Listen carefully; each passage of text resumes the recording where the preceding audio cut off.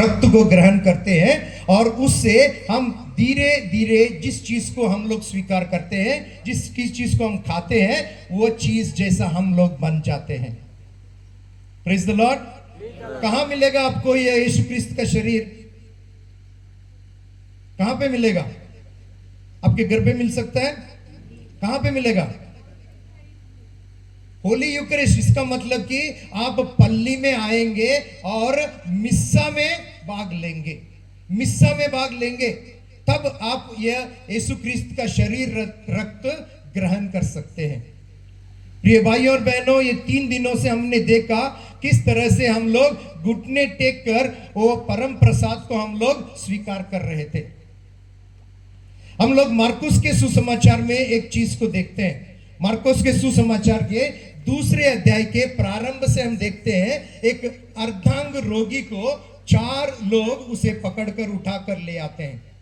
4 लोग उस व्यक्ति को यीशु क्रिस्त के पास ले आते हैं। सामने से, घर के आगे से, दरवाजे से जाने का रास्ता नहीं है क्योंकि बहुत भीड़ है उधर। इसलिए वो लोग क्या करते हैं, छत के ऊपर चढ़कर छत को खोल के उधर से वे लोग उस व्यक्ति को यीशु क्रिस्त के सामने उतारते हैं। तुरंत उसे देखते ही यीशु क्रिस्त क्या कहते हैं? क्या कहते हैं? आपके पाप क्षमा हो गए। आपके पाप क्षमा कर दिए गए। तो वहां पे कुछ फरीसी और धर्मशास्त्री थे। वे लोगों ने मन में सोचने लगे, कौन है जो पापों को क्षमा कर सकता है? कौन पाप क्षमा कर सकते हैं? ईश्वर ही, यीशु क्रिस्त ही हमारे पापों को क्षमा कर सकते हैं। कल हमें जो पाप स्वीकार में पाप का क्षमा मिला, आपको एहसास हुआ कि आपका पाप क्षमा हो गए? हाँ, क्योंकि यीशु क्रिस्त ने यह अधिकार पुरोहितों को दिया है। कैथोलिक चर्च के जो प्रीस्ट है उन्हें दिया है ताकि वे लोग हमारे जो पाप है उसे क्षमा कर सकें। यीशु क्रिस्त वहां पर कहते हैं कि तुम्हारे पाप क्षमा हो गए। तो फरीसी लोग और शास्त्री लोग सोचते हैं कि ये कौन है? ये व्यक्ति एक आदमी जैसा दिखता है, लेकिन ये व्यक्ति किस तरह से लोगों की पाप क्षमा कर सकता है? तुरंत ही यीशु क्रिस्त उनके मन में जो चल रहा है उसे वो पकड़ लेता है और कहता है, तुम ऐसे क्यों सोच रहे हो कि कौन पाप क्षमा कर सकते हैं? पाप क्षमा हो गए ये बोलना आसान है, या फिर तुम अपने जो अर्धांग रोगी है उसे बोलते हैं कि तुम उठ के अपना जो सोए हुए उस मैट को उसको लेकर तुम अपने घर जाओ। कौन सा आसान है बोलने के लिए? पाप क्षमा हो गए ये बोलना आसान है क्योंकि किसी को मालूम नहीं होता बाहर से कि पाप क्षमा हुए या नहीं। लेकिन एक अर्धांग रोगी जो कितने सालों से शायद बेड पर पड़ा है, 4 लोग उसे उठा के ले आए, उससे अगर यीशु क्रिस्त बोले कि तुम उठो और चलो, अगर वो उठे और चले तब विश्वास हो जाएगा ना। उससे तो मालूम हो जाएगा कि जो यीशु क्रिस्त बोल रहे हैं वो हो रहा है। अगर यीशु क्रिस्त ने बोलकर एक व्यक्ति को रोग से स्वस्थता मिला, चंगाई मिला, एक ही नहीं, ऐसे हम लोग बाइबल में बहुत सारे चंगाइयां देखते हैं जहां पर यीशु क्रिस्त जो कोढ़ी थे उन्हें शुद्ध कर देते हैं, जो बोल नहीं सकते थे उन्हें बोलने का आशीर्वाद देते हैं, जो सुन नहीं सकते, जो देख नहीं सकते, जो मरे हुए हैं उनसे फिर से जिंदा कर देते हैं। किस चीज से? सिर्फ एक बात से, एक बार बोलने से, शब्द से उन्हें चंगा कर देते हैं। प्रिय भाइयों और बहनों, आप सोचिए कि जो मिस्सा बलिदान में जब यीशु क्रिस्त ने उनका जो आखिरी भोजन था अपने प्रेरितों के साथ, अपोस्तलों के साथ, तब उन्होंने रोटी उठाकर उन्होंने क्या कहा? मत्ती के सुसमाचार 26वें अध्याय के 26वें वचन से लिखा हुआ है कि उन्होंने रोटी उठाकर कहा, यह मेरा शरीर है।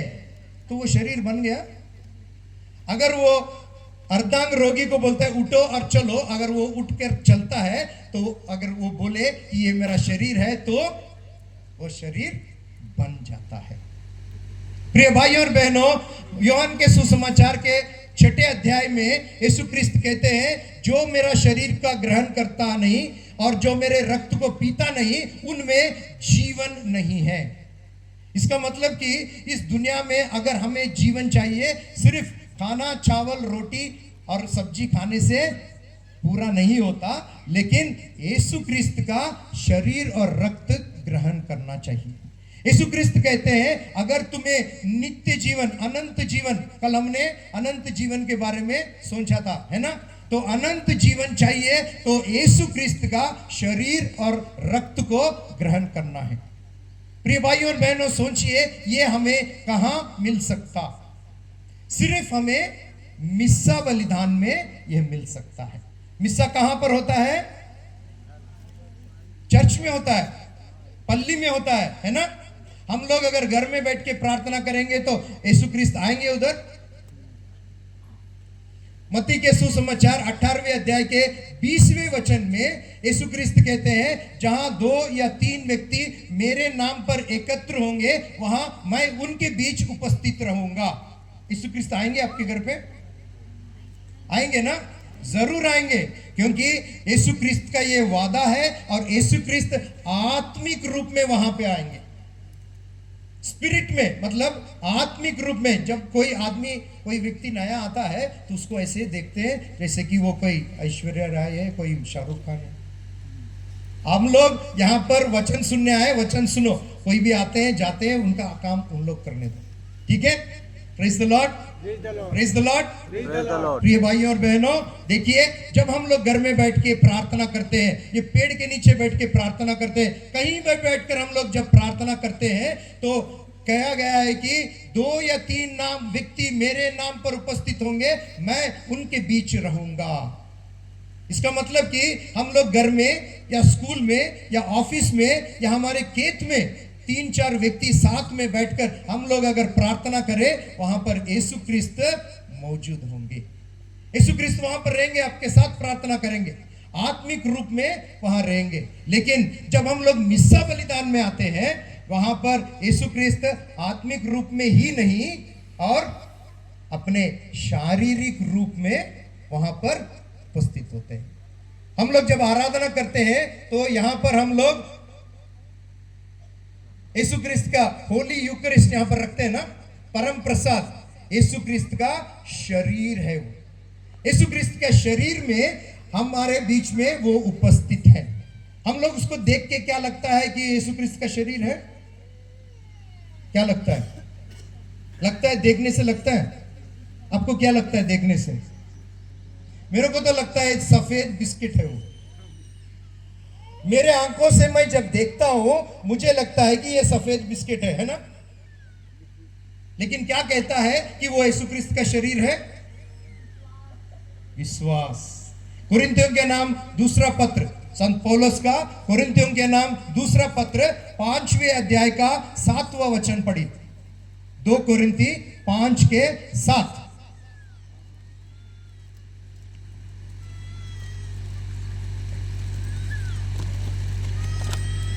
आप पुराना खमीर निकाल कर शुद्ध हो जाए। नहीं, बातों पर नहीं बल्कि विश्वास पर चलते हैं। क्योंकि हम आंखों देखे पर नहीं चलते, लेकिन विश्वास पर चलते हैं, है ना? आंखों देखी क्या है उधर?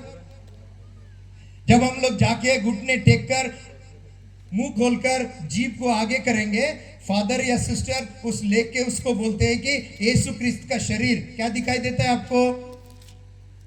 क्या दिखाई देता है? सफेद बिस्किट दिखाई देता है ना? इसलिए हम लोग आंखों देखी पर नहीं जाते, लेकिन विश्वास पर। हमारा विश्वास क्या कहता है? कि यह यीशु क्रिस्त का शरीर है। यीशु क्रिस्त का शरीर है, ये हम लोग, हमारा विश्वास कहता है। बहुत सारे चीज इस दुनिया में विश्वास के ऊपर चलता है ना? सब चीज विश्वास के ऊपर चलता है। सब कुछ हम लोग देखकर नहीं कर सकते, है ना? यीशु क्रिस्त का पुनरुत्थान के बाद जब वो आकर प्रेरितों के पास आकर खड़े होता है, तब वे लोग सब देखकर विश्वास करते हैं। थॉमस उनके साथ नहीं होता, तो वो जब वापस आते हैं तो वो क्या कहता है? क्या कहता है? वो बाकी सब प्रेरित कहते हैं कि हमने यीशु क्रिस्त को देखा, हमने गुरु को देखा। तो वे कहते हैं कि जब तक मैं उनके जो घाव में हाथ न लगा दूं, उसके बाजू में हाथ न लगा दूं, तब तक मैं विश्वास नहीं करूंगा। देख के ही विश्वास करना है। यीशु क्रिस्त उनसे बहुत गंभीर एक बात बोलते हैं। क्या बोलते हैं?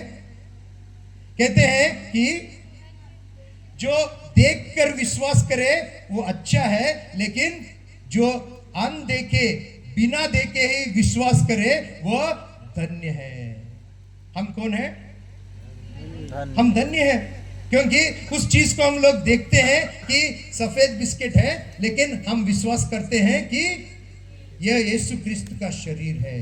प्रिय भाई और बहनों, यीशु क्रिस्त हमारे बारे में कह रहे हैं कि आप धन्य है, क्योंकि यह यीशु क्रिस्त का शरीर है। प्रिय भाई और बहनों, इसलिए हर इतवार को, हर संडे के दिन, हर रविवार आपको मिस्सा बलिदान में भाग लेना है। जहां कहीं भी हो, कोई भी भाषा में हो, भाषा की जरूरत ये नहीं है। आपके इस दुनिया के किसी भी कोने में चले जाओ, ये मिस्सा बलिदान इसी तरह रहेगा। आपको भाषा समझ में नहीं आए कोई बात नहीं, लेकिन वहां पर कौन सी प्रार्थना बोली जा रही है आपको समझ में आ जाए, है ना? इंग्लिश में हो, तेलुगु में हो, मलयालम में हो, हिंदी में हो, आपकी भाषा में हो, कोई भी भाषा में हो, वो हमें भाषा समझ में नहीं आए, लेकिन मिस्सा बलिदान में कौन सी प्रार्थना कही जाती है समझ में आता है ना, क्योंकि हमें मालूम है उसका क्रम क्या है। और उसमें वो फादर जी उस रोटी को उठाकर कहते हैं ये मेरा शरीर है। किसका शरीर है? फादर का। तो फिर फादर ये नहीं बोलते कि ये यीशु क्रिस्त का शरीर है। क्या बोलते हैं? यीशु क्रिस्त कहते हैं ये मेरा शरीर है। फादर जी बोलते हैं ये मेरा शरीर है। कैसे होगा? अधिकार दिया है ये करने के लिए, और उससे अलग, उससे ऊपर, उससे ऊंचा ये कि जब एक पुरोहित मिस्सा बलिदान चढ़ाते हैं वो खुद क्रिस्त है। वो खुद क्रिस्त है। He is Jesus Christ. यीशु क्रिस्त के स्थान पर नहीं, यीशु क्रिस्त खुद है वो। जब एक पुरोहित यहां पर मिस्सा बलिदान में वो इस आशीर्वाद का वचन कहते हैं, उस रोटी को उठाकर यह मेरा शरीर है, उस दाकरस के उस कटोरे को उठाकर यह मेरा रक्त है, वह नहीं कहते कि ये यीशु क्रिस्त का रक्त है, यीशु क्रिस्त का शरीर है, यह मेरा। क्योंकि वो खुद जब मिस्सा बलिदान चढ़ाते हैं वो खुद क्रिस्त बन जाते हैं। Praise the Lord. हमारे पुरोहितों के लिए हमें कितना ईश्वर को धन्यवाद देना चाहिए, हमें कितना धन्यवाद देना चाहिए। आज एक सुबह आप लोग मिस्सा बलिदान के लिए आए और चर्च में आकर देखें कि सब कुछ तैयार है, लेकिन फादर नहीं है। क्या करोगे? क्या करेंगे? बोलेंगे सिस्टर जी आप तो 15 साल से रोज मिस्सा में आ रहे हैं, आप जाके मिस्सा चढ़ा दो। बोल सकते हैं इसे? कोई और कर सकता है? नहीं, क्योंकि यीशु क्रिस्त के नियुक्त वह पुरोहित है। वो पुरोहित को यीशु क्रिस्त ने अपने हाथों से चुना है। आप देखें कितने लोग आपके यहां से पुरोहित होने गए? सभी लोग पुरोहित बन गए? नहीं, कुछ लोग वापस भी आ गए, कुछ लोग आधे रास्ते में वापस आए, कुछ लोग होते होते रह गए। ऐसे बहुत सारे चीज हुए। यीशु क्रिस्त ने जिन्हें चुना है वे लोग पुरोहित बने। हमें उस पुरोहित को बहुत आदर और सम्मान देना चाहिए, क्योंकि वह अपने परिवार को, अपने संपत्ति को, अपने रिश्तेदारों को सब कुछ त्याग कर वह कहीं दूर देश में, दूर जगह पर जाकर लोगों की सेवा करता है। ये पुरोहित जो मिस्सा बलिदान में आकर हमारे लिए यह बलि चढ़ाते हैं, तब वो खुद क्रिस्त बनकर बलि चढ़ाते हैं। जब हम मिस्सा बलिदान में आते हैं, देखिए इसके 3 मुख्य भाग है। मिस्सा बलिदान में आप सभी से विनती है कि हर रविवार को आप मिस्सा बलिदान में भाग ले। ये मत कहना कि हमारे गांव में प्रार्थना है, हम लोग प्रार्थना में भाग लेंगे। नहीं, ये नहीं होगा। आज रविवार है, हम लोग आज पानी पी के चला लेंगे, आज खाना नहीं खाएंगे, ऐसे बोल सकते हो? नहीं। जब जैसे आप रविवार को भी खाना खाते हो, उसी तरह कम से कम रविवार के दिन आपको मिस्सा बलिदान में, पूरा मिस्सा बलिदान में, ये नहीं कि प्रारंभ हो गया, 15 मिनट हो गया, 20 मिनट हो गया, उसके बाद आप आ रहे हो, नहीं। मिस्सा बलिदान प्रारंभ होने से कम 5 या 10 मिनट पहले आपको आके वहां पर तैयार करना है, अपने हृदय को तैयार करना है, तब आप मिस्सा बलिदान में भाग लेंगे। मिस्सा बलिदान में 3 भाग है। पहला है पश्चाताप का जो रीत है। पहला पेनिटेंशियल राइट बोलते हैं, पश्चाताप। हम लोग जो हमने पाप स्वीकार किया, फिर भी हम आते आते हमारे मन में अगर कुछ सोचे, वो पाप हो गया ना, तो वहां पर जब भी हम लोग मिस्सा बलिदान में आते हैं, प्रारंभ में एक पश्चाताप का क्रिया होता है। वो पश्चाताप में हम लोग जो पाप हमने, छोटे छोटे पाप, बड़े घोर पाप नहीं, अगर घोर पाप किए हैं तो आप मिस्सा बलिदान में आप सब प्रसाद, परम प्रसाद नहीं लेना। तो छोटे छोटे जो पाप है वो ईश्वर को बताकर आप ईश्वर की क्षमा मांगे। पहला ये है पश्चाताप का जो कार्य। उसके बाद दूसरा है ईश्वर का वचन। ईश्वर का वचन कहा जाता है। ईश्वर के वचन रविवार के दिन कितने पाठ पढ़ते हैं? 3 पाठ पढ़ते हैं ना, 3 पाठ। हम लोग जाके विश्वासीगण 2 पाठ पढ़ते हैं, फादर जी 1 पाठ पढ़ते हैं, है ना। सुसमाचार मतलब कि नए नियम के पहले जो 4 किताब है वे सुसमाचार है, मतलब यीशु ख्रिस्त की जिंदगी के बारे में है। तो उसमें से जो पाठ है जो फादर पढ़ेंगे। आपने कभी गौर करके देखा है कि ये तीनों पाठ जो पढ़ते हैं उसके अंदर कोई कनेक्शन रहता है? क्या कनेक्शन रहता है?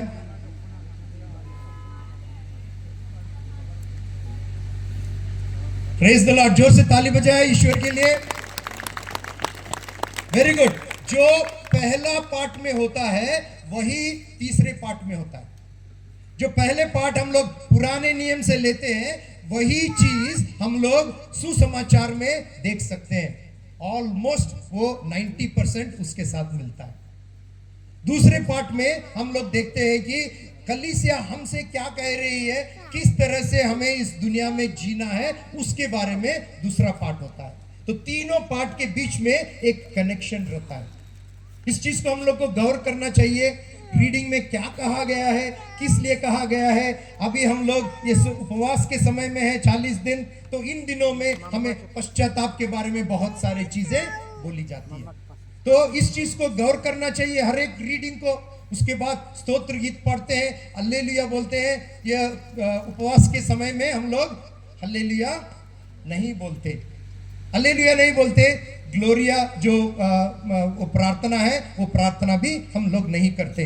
प्रिय भाइयों और बहनों, फिर से मैं बोल रहा हूं, हर रविवार को आपको मिस्सा बलिदान में भाग लेना है। अगर आप मिस्सा बलिदान में भाग नहीं लिए तो क्या है वो आपके लिए पाप है। पाप है वो। जिस तरह से आप दूसरे पाप करते हैं, 10 आज्ञाओं का उल्लंघन करते हो, उसी तरह यह तीसरा आज्ञा है। तीसरा आज्ञा क्या है? तीसरा आज्ञा है कि आप प्रभु के दिन को याद करो और उसे जिस तरह से सम्मान देना चाहिए उतना से सम्मान दो हर रविवार को। और अगर आप लोग नहीं आए तो आप इसे पाप स्वीकार में बोलना पड़ेगा। बहुत ही गंभीर कारण हो वो अलग बात है। आप बीमार हैं, आप नहीं आ सकते, कुछ ऐसा अर्जेंट काम आ गया इसलिए आप नहीं आ सके, तो ईश्वर माफ करेगा, ईश्वर को मालूम है। लेकिन कोई भी छोटी सी कारण, मैं थोड़ा थक गया था, रात में टीवी देख के या रात में पार्टी गया था, इसलिए थक गया, इसलिए मैं मिस्सा में नहीं आया, मिलेगा। ठीक है, पाप स्वीकार में बोलना पड़ेगा, क्योंकि ये अन्य पाप जो तुम करते हो उसी तरह ये पाप है। ये आज्ञाओं में किसी और आज्ञा में ऐड नहीं किया। तीसरा आज्ञा अलग से हमें दिया गया है, अलग से दिया गया है ना। पहला आज्ञा ईश्वर को परिपूर्ण रूप से आप आप उन्हें महिमा दो, और कोई और ईश्वर, कोई और भगवान आपके सामने नहीं होना चाहिए। दूसरा है ईश्वर का नाम व्यर्थ में ना लो, और तीसरा है कि आप प्रभु का दिन को सम्मान दो। प्रभु का दिन किसके लिए है? प्रभु का दिन किसके लिए है? प्रभु के लिए है, प्रभु के लिए है। इसलिए हम उस दिन को मिस्सा बलिदान में, प्रार्थना में, अगर हमारे पल्ली में कोई काम है, उस काम में करने के लिए, किसी के घर में प्रार्थना है, प्रार्थना में जाने के लिए, और अपने परिवार के सदस्यों के साथ बिताने के लिए संडे दिया गया है। संडे ये नहीं कि पूरे हफ्ते में हम लोग काम किए, आज कपड़े धोने का समय, कपड़े धोने का लिए नहीं है रविवार का दिन, छुट्टी है इसलिए आज सिनेमा जाते हैं, टीवी देखते हैं, पार्टी में जाते हैं। नहीं, ये सब कुछ नहीं करना चाहिए। ये प्रभु का दिन है।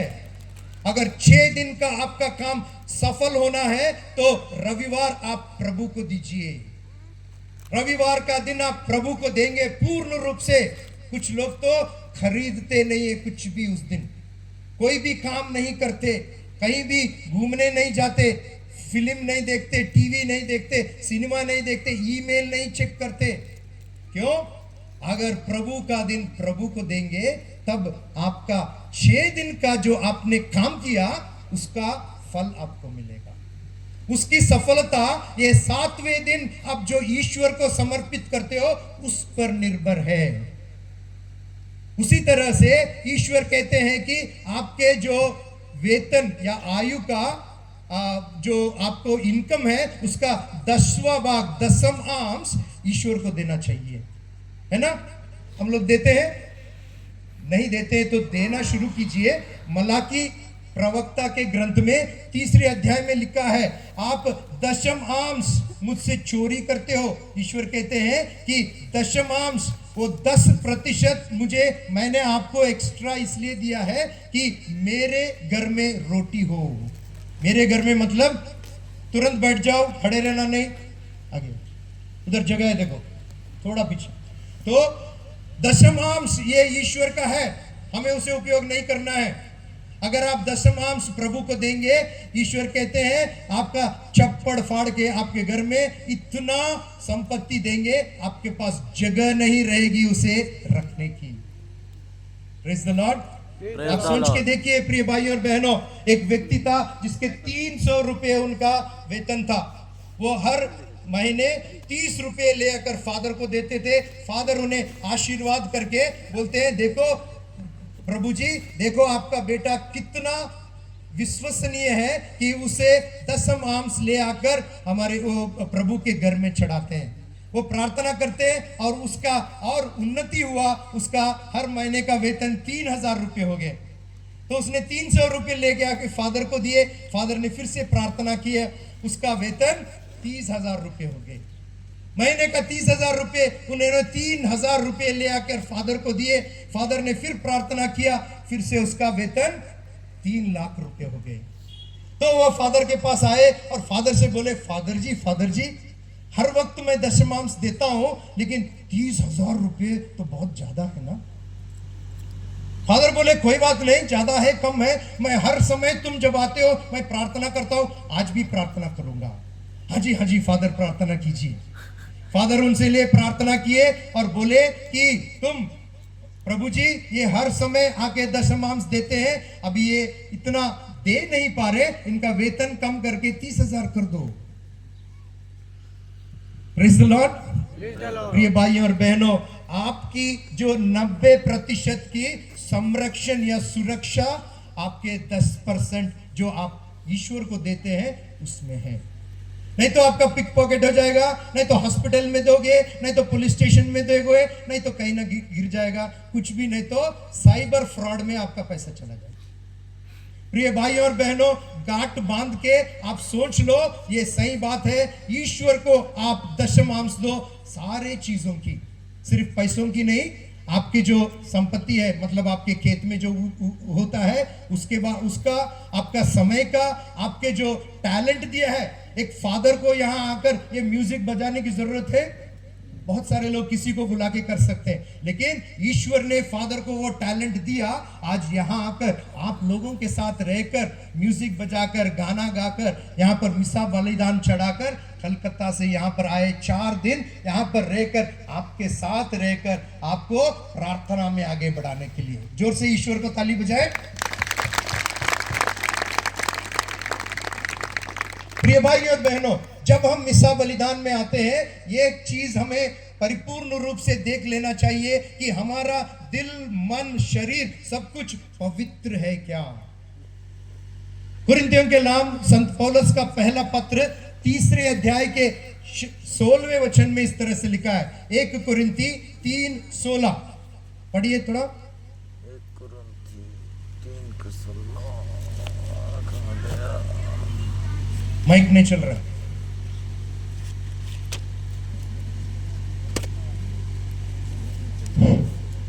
क्या आप यह नहीं जानते कि आप ईश्वर के मंदिर हैं और ईश्वर का आत्मा आप में निवास करता है। ईश्वर का आत्मा आपके अंदर निवास करता है, जो मंदिर कहलाता है। आप जब मंदिर में जाते हैं, किस तरह से जाते हो अंदर? किस तरह से जाते हो? सर ऊंचा करके कि नीचा करके? नीचा करके। जूते कहां रहता है? जूते बाहर छोड़कर, पवित्र होकर, दोनों हाथ जोड़कर। बाहर से हम लोग दिखा रहे हैं कि हम पवित्र हैं, क्या हम अंदर से भी पवित्र हैं? ईश्वर बाहरी चीज नहीं देखता, वो देखता है कि आप अंदर से क्या पवित्र है। इसलिए हो सके तो हर हफ्ते आप पाप स्वीकार करना। हफ्ते में नहीं हुआ, कम से कम 2 हफ्ते में, 1 महीने से ज्यादा नहीं होना चाहिए। आप पाप स्वीकार करो। आपको नहीं मालूम कि आपके अंदर क्या क्या, आप सोचने में भी पाप हो जाता है ना? सोचने में भी पाप होता है। मत्ती के सुसमाचार 5वें अध्याय के 28 से 30 तक वचन में यीशु ख्रिस्त कहते हैं कि पुराने नियम में लिखा गया है कि तुम व्यभिचार मत करो, लेकिन मैं तुमसे कहता हूं कि अगर तुम बुरी नजर से एक स्त्री की ओर आप देखोगे तो आपने मन में व्यभिचार कर दिया। यीशु ख्रिस्त जो पाप है पुराने नियम में 10 आज्ञाएं ईश्वर ने मूसा के द्वारा दिया था, उस आज्ञाओं का लेवल को बढ़ा देते हैं। उसको मार देने, काट देने नहीं आया, उसको संपन्न करने आया है। वो कहते हैं कि अगर तुम मन में भी तुम पाप करो तो सोच लो, तुम्हारा दिल, तुम्हारा हृदय, तुम्हारी आत्मा, तुम्हारा शरीर सब कुछ गंदा हो गया, अपवित्र हो गया। प्रिय भाइयों और बहनों, इसलिए मिस्सा बलिदान एक ऐसी चीज है जो हमें हर हफ्ते, हर समय हमें आत्मिक भोजन देता है। जिस तरह से हमारे शरीर में भोजन चाहिए तंदुरुस्त रहने के लिए शारीरिक रूप से, उसी तरह हमें आत्मिक भोजन चाहिए जिससे हम हमारी आत्मा में सुदृढ़ रह सके।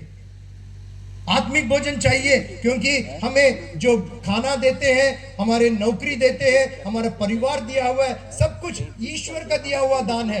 तो हम उस ईश्वर को धन्यवाद दें कि ईश्वर के दिए हुए चीजों को लेकर हम लोग खुश हो जाएं। ईश्वर ने मुझे अच्छा खाना दिया, हल्लेलुया। हालेलुया। ईश्वर ने मुझे अच्छी नौकरी दी, हल्लेलुया। अभी बोलने की जरूरत नहीं, सुनो सुनो। ईश्वर ने मुझे अच्छा पत्नी दिया, हल्लेलुया।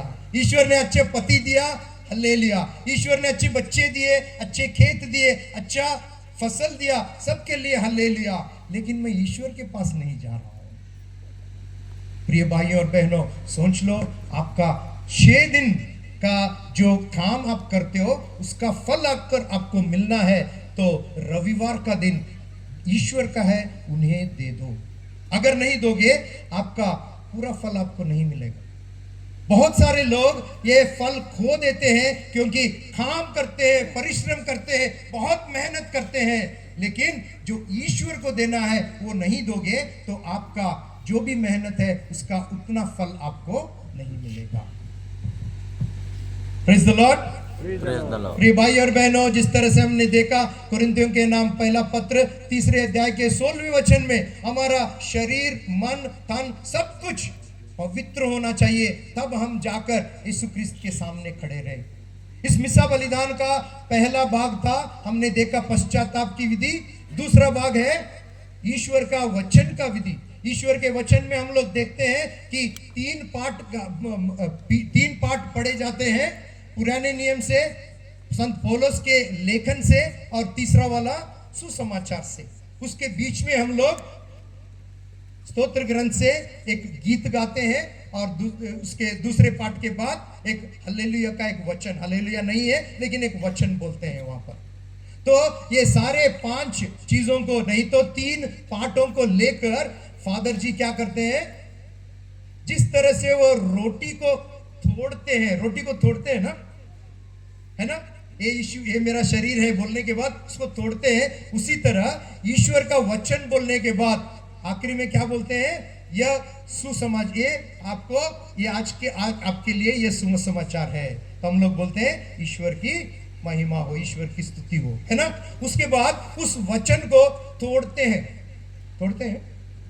का मतलब क्या है कि हम लोग जब इसको सुनते हैं हमें शायद समझ में नहीं आए, इसलिए फादर जी क्या करेंगे, उस चीज को सरल करके हमारी भाषा में वो हमको बोल के देंगे।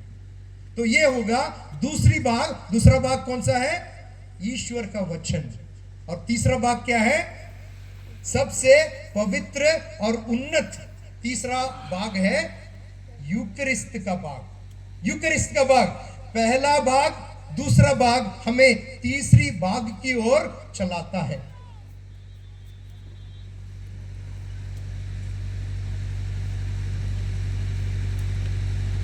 युवती युवक जो लोग काउंसलिंग में नहीं गए, एक बार गए तो काफी है, जो काउंसलिंग में नहीं गए, युवती युवक प्रत्येक रूप से इस टाइम पर खड़े हो जाए।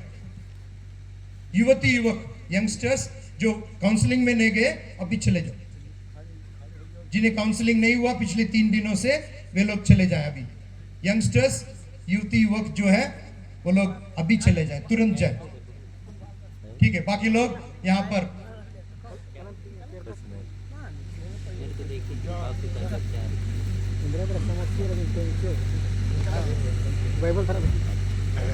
Praise the Lord, praise the Lord, praise the Lord, praise the Lord. यीशु की स्तुति हो, यीशु की स्तुति हो, यीशु को धन्यवाद, यीशु को धन्यवाद, यीशु की स्तुति हो, यीशु की स्तुति हो, यीशु को धन्यवाद। यीशु को धन्यवाद। प्रिय भाई और बहनों, हमने देखा कि एक मिसा बलिदान में 3 भाग होते हैं, 3 भाग होते हैं। पहला भाग क्या है, पश्चाताप की विधि।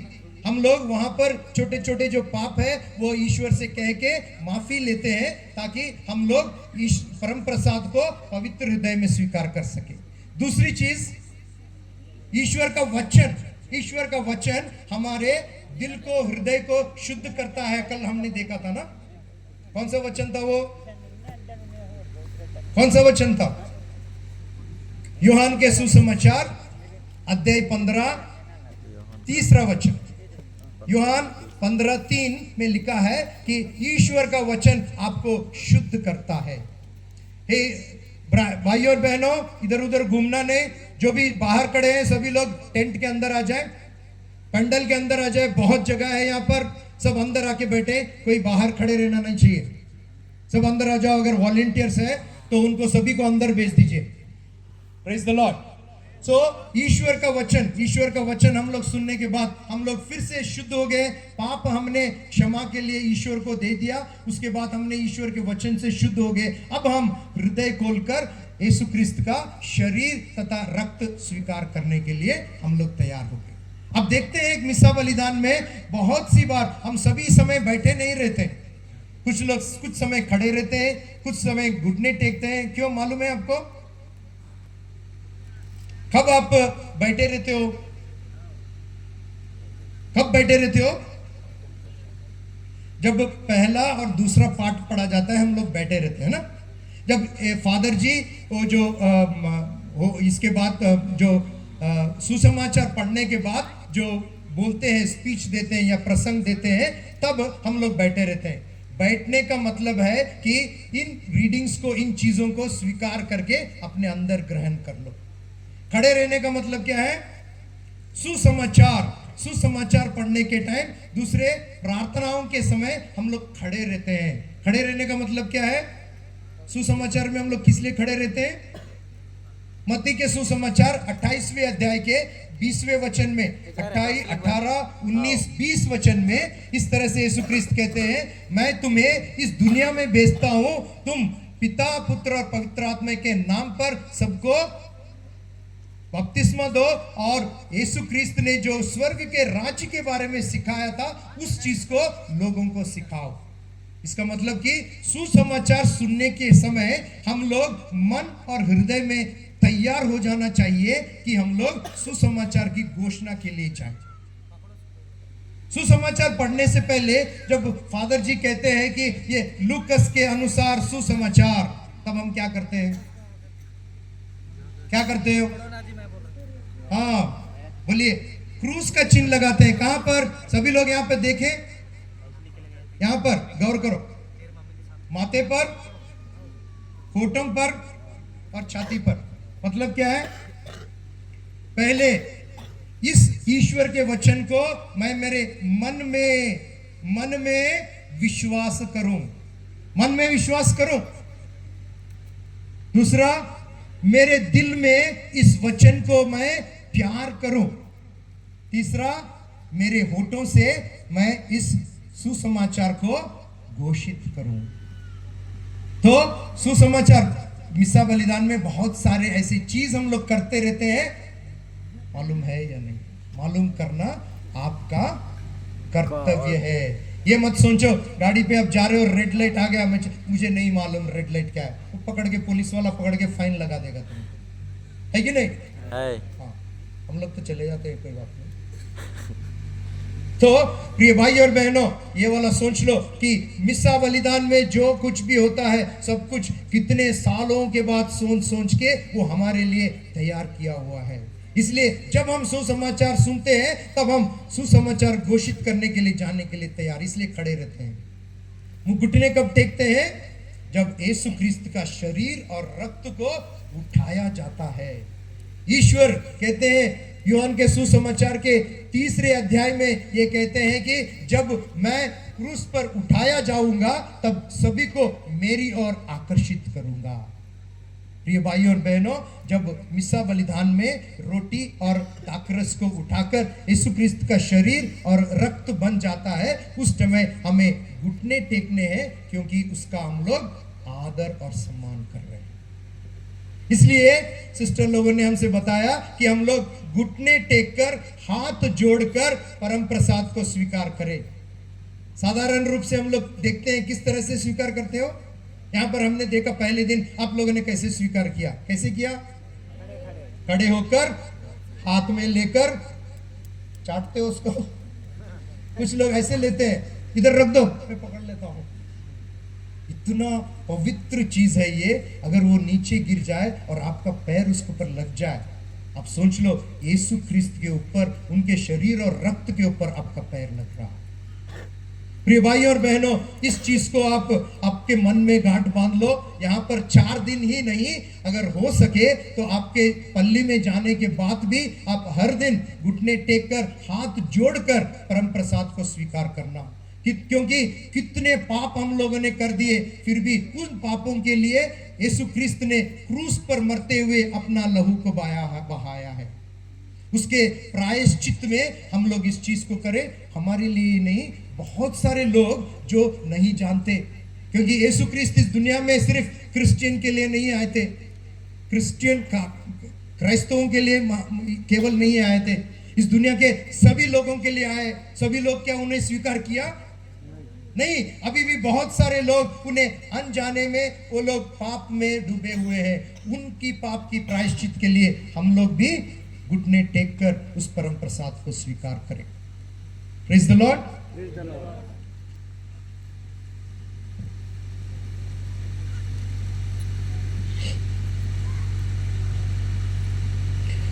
सो प्रिय भाई और बहनों, मिसा बलिदान हमारे जीवन में बहुत ही इंपॉर्टेंट चीज है। नौकरी करने जाए, खाना खाए, घर में रहे, परिवार के साथ रहे, खेलने जाए, जो कुछ भी करो, सबसे भी उन्नत नहीं तो इंपॉर्टेंट चीज क्या है? मिसा बलिदान है।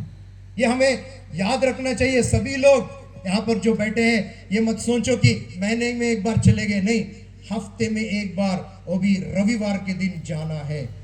रविवार के दिन आप आपके बच्चों के साथ आकर देखिए, तब आपको मिसा बलिदान में भाग लो, आपका जिंदगी बदलते हुए आप देख सकते हैं। प्रिय भाई और बहनों, 1990 से लेकर मैं हर दिन मिसा बलिदान में भाग लेता हूं। हर दिन, कितने 36 साल हो गए। हर दिन मैं मिसा बलिदान में भाग लेता हूं और परम प्रसाद स्वीकार करता हूं। हर हफ्ते में एक बार कम से कम पाप स्वीकार के लिए जाता हूं। अगर कभी छूट गया तो कम से कम 2 हफ्ते में एक बार मैं जाता हूं। मेरे बारे में नहीं बोल रहा हूं, आप भी ऐसे कीजिए। किस तरह से ईश्वर हमें हाथ पकड़कर चलाते हैं, किस तरह से हमें यहाँ पर खड़े होने का, मेरी मातृभाषा नहीं है, ये भाषा मुझे नहीं आता, फिर भी ईश्वर ने मुझे यहाँ पर खड़ा किया, तो आप लोगों को भी बहुत बड़े बड़े जगहों पर खड़े करेंगे।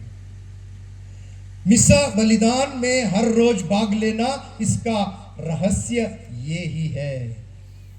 सोच लीजिए प्रिय भाइयों और बहनों, इतने साल जब कोविड आया था, सारे चर्च बंद हो गए थे ना, मिसा बलिदान नहीं था। तो मैं उस टाइम भी, एक आश्रम था जहां जो मेंटली चैलेंज, मानसिक रोगियां थे, उनका एक आश्रम था, वहां पर फादर मिसा देते थे। तो मैं बोला, फादर क्या हम आ सकते हैं उधर? बोला, यू आर वेलकम, आप आ जाओ। हम उधर जाते थे, 20 किलोमीटर एक तरफ रास्ता, 20 किलोमीटर जाना, 20 किलोमीटर आना। मैं मिसा बलिदान के लिए वहां पर जाता था। वहां से कम 80 लोग थे जो मानसिक रोगी थे, उनको देखभाल करने का एक डॉक्टर, कुछ वॉलंटियर्स, फादर थे। किसी को भी कोविड नहीं आया, किसी को भी कोविड नहीं आया। फादर बोलते हैं, हर रोज हम लोग यहाँ पर मिसा बलिदान चढ़ाकर प्रार्थना करते थे, किसी को भी कोविड नहीं आया। मुझे नहीं आया, मैंने कल बताया था। ईश्वर को धन्यवाद दें, जोर से ताली बजाएं।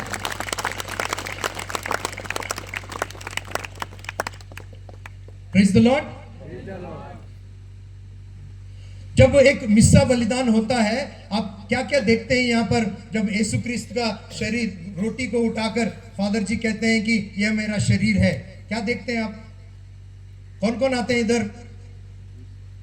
जब यीशु क्रिस्त का बलिदान को याद किया जाता है, बलिदान होता है इधर नहीं, बलिदान को याद किया जाता है इधर, इट इज ए रिमेम्बरेंस। तो जब यीशु क्रिस्त, जो स्वर्ग के पिता परमेश्वर के इकलौते पुत्र है, उनका जो शरीर उठाया जाता है और वहां पर वो बलि चढ़ाया जाता है, सारा स्वर्ग यहां पर उतर आता है।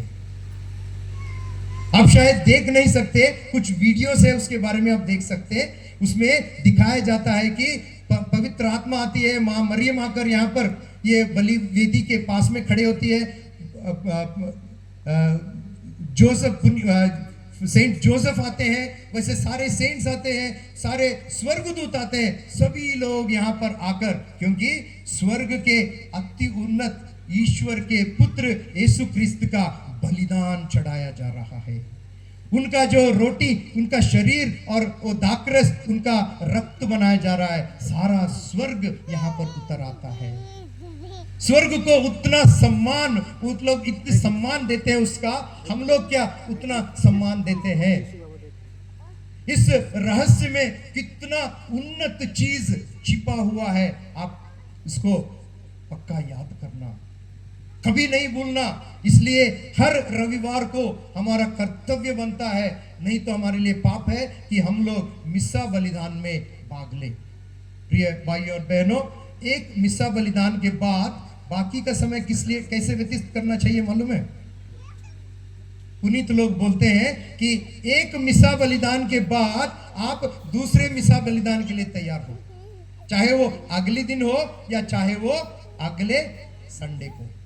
तो इस बीच में हर समय आपको याद रखना चाहिए कि मिसा बलिदान का फल मुझे मिला है, अगले मिसा बलिदान में तैयार होने के लिए मैं पवित्र रहूंगा, पवित्र रहूंगी। प्रिय भाई और बहनों, सोच लो कि यह मिस्सा बलिदान कितना पवित्र चीज है। कितना ईश्वर ने हमारे लिए, हमें पापों से विमुक्त करने के लिए उन्होंने अपने इकलौते पुत्र का त्याग दिया है। उसका हर इतवार को, हर संडे के दिन हम उसे याद करते हैं। इसलिए हर संडे को आपको आना जरूरी है। प्रिय भाई और बहनों, एक और बार हम लोग देखते हैं, उसके बाद हम लोग क्लोज करेंगे। मिसा बलिदान में 3 भाग होते हैं। क्या क्या है? पश्चाताप का विधि, ईश्वर का वचन, होली यूकरिस्ट। 3 चीज होते हैं। और एक मिसा बलिदान में हमें कब, कितने बजे आना चाहिए? अगर 9 बजे मिसा बलिदान है, कितने बजे आओगे? कम से कम 5 या 10 मिनट पहले आके अपने दिल को, शरीर को तैयार करना चाहिए। हमारे अंदर बड़े पाप नहीं होना चाहिए। उसके लिए क्या करना चाहिए? पाप स्वीकार करना चाहिए।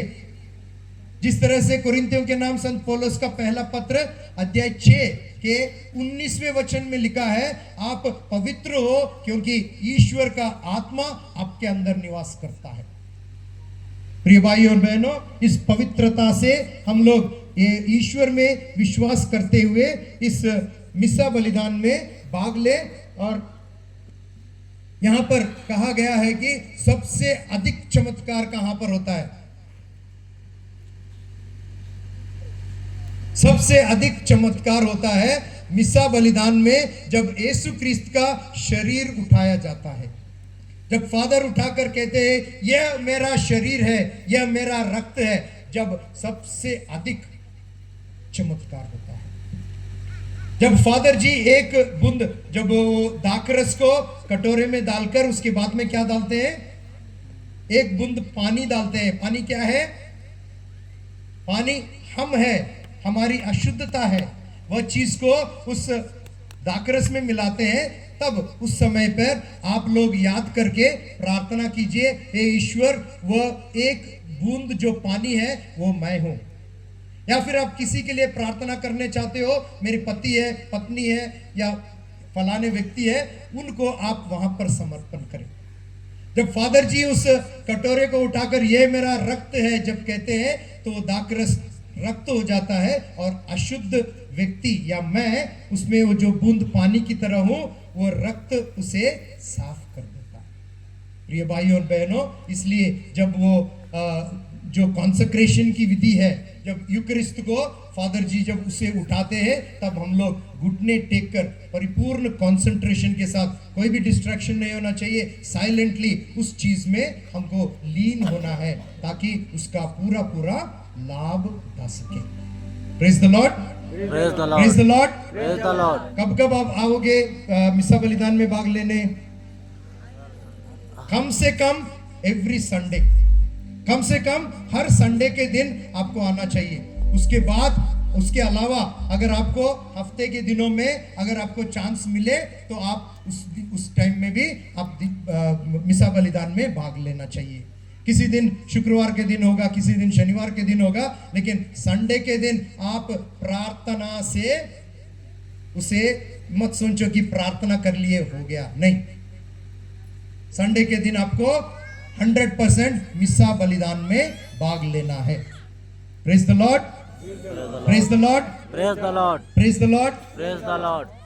प्रणाम मरिया, कृपा पूर्ण, प्रभु तेरे साथ है, धन्य तू स्त्रियों में और धन्य तेरे गर्भ का फल यीशु। ये संत मां मरियम परमेश्वर की मां, प्रार्थना करम पापों के लिए, अब और हमारे मरने के समय, आमीन।